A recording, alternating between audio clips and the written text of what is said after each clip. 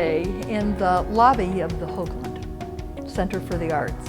And as I sit here, I think of the generosity that has created and sustained this Center for the Arts. Whether it be the generosity of funders or the generosity of the artists and those with technical skills that keep the programming going here. And that is our theme for today's Seize the Day. When we give, it bends our hearts toward generosity, and generous people can change the world.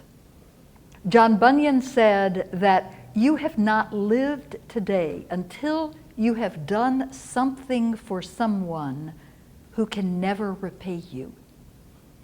So Diana is going to share with us some ideas on how generosity helps make us healthy. Well, according to the National Institutes of Health, giving activates parts of our brain related to pleasure, trust, and relationships with others. We get to secrete those feel-good chemicals like serotonin and dopamine and oxycodone. It really gives a rush, giving does, that's really close to a runner's high. So it's been dubbed a helper's high. Giving of our time or money allows us to put others first and to become something bigger than ourselves, really, which can lead to increased self-esteem, and it can also lower our blood pressure. So when we give and see the benefit of giving in others, the larger community impact it can instill a sense of thankfulness for gifts we have to offer, which research shows is linked to happiness, health, and social bonds.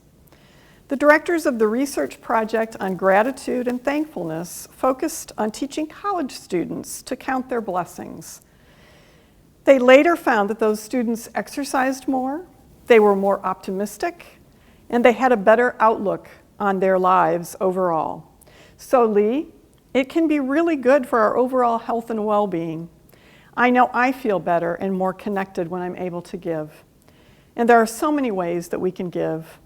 We can share our time, our talents, much like many are doing for this Seize the Day, and can be especially important in addition to financial contributions, which certainly help to keep organizations such as this sustainable. So my advice is to pay it forward. Lockdown by Brother Richard Hendrick. Yes, there is fear.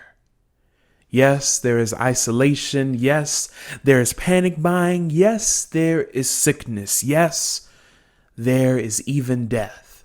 But they say that in Wuhan, after so many years of noise, you can hear the birds again. They say that after just a few weeks of quiet, the sky is no longer thick with fumes, but blue and gray and clear.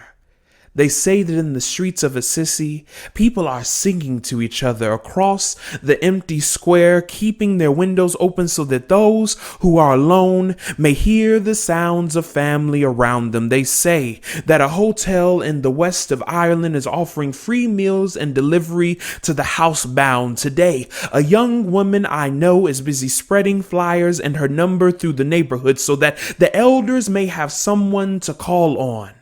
Today, churches, synagogues, mosques, and temples are preparing to welcome and shelter the homeless, the sick, the weary. All over the world, people are slowing down and reflecting. All over the world, people are looking at their neighbors in a new way. All over the world, people are waking up to a new reality, to how big we really are, to how little control we really have, to what really matters, to love. So we pray and we remember that yes, there is fear, but there does not have to be hate. Yes, there's isolation, but there does not have to be loneliness. Yes, there is panic buying, but there does not have to be meanness. Yes, there is sickness, but there does not have to be disease of the soul. Yes, there is even death, but there can always be a rebirth of love. Wake to the choices you make as to how to live now. Today, breathe. Listen. Behind the factory noises of your panic, the birds are singing again. The sky is clearing. Spring is coming, and we are encompassed by love. Open the windows of your soul. And though you may not be able to touch across the empty square, sing. Thank you so much to Rapheal Mathis, the 2013 Poetry Out Loud Illinois champion and national finalist. Raphael is also a 2020 judge for Poetry Out Loud for the Recitation division. We'd like to thank Sheila Walk at the Springfield Area Arts Council and our friends at the Illinois Arts Council for sponsoring Poetry Out Loud each year. Well, that's it for this episode. We encourage you to like our Facebook page, the Hoogland Center for the Arts and Memorial Health System, and make sure you tune in next time. So until then, make sure you go out there and seize the day.